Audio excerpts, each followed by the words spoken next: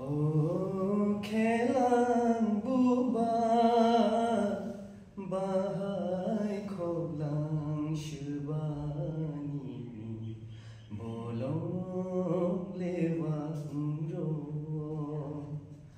O khelang buba bahai kholang shubani bolong lewang ro.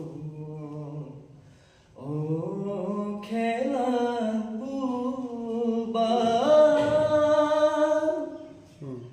khomaleng beleng muriduk joloi hulok shaken jok mani. Khomaleng beleng muriduk joloi hulok shaken jok mani. Ya pakut shelai bekhaba shalai lenggok jok jamani puiton muthang jani. Khomaleng beleng muriduk joloi hulok shaken jok mani.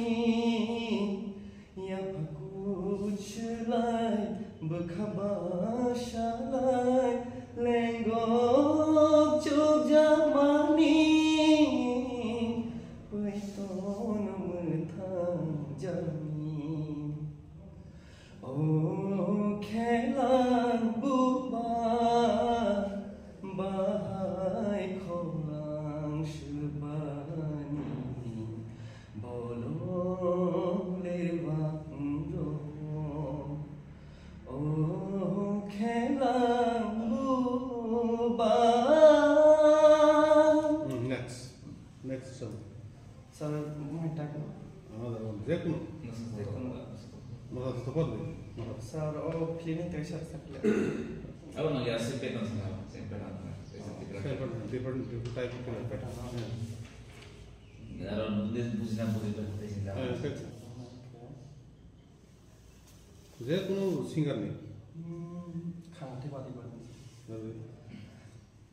Khangarti patai patai. Sir, hai. No problem. Khangarti patai patai. Khub bini kutai. Jauh sinai di busuk thong bini ya di fatai. Khangarti patai patai. Khub bini kutai. Jauh sinai di busuk thong bini ya di fatai. Sasi patai sasi patai de janai. Bangla patai de janai. Nengano sakhe bano no charinai. Nengano sakhe bano no charinai. Nini nai nini goro no nugui ani kha kumai thakha. Nini nai thom no nugui ani kha kobor chakha. Boro tongne boro chanai angle shilia. Boro tongne boro chanai angle shilia. Hey, khangarti patai patai khub bini kutai. Jauh sinai di busuk thong bini ya di fatai. Gak No, solo rodando solo. Rupes next. Rutu rutu gaya no no thak shukha nung bai mo. Sorry, lirik isap. Gak bagaimana? Rutu rutu gaya no no thak shukha nung bai ma tongki. Sanjay kesana sini sengkla. Iya bayar dong layu, thang nahi ni tomani rancang ni gairingo.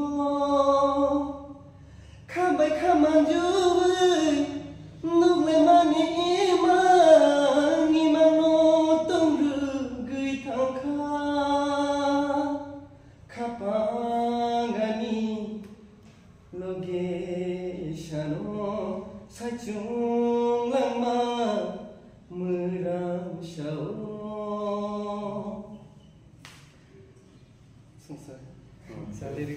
माने लार्भास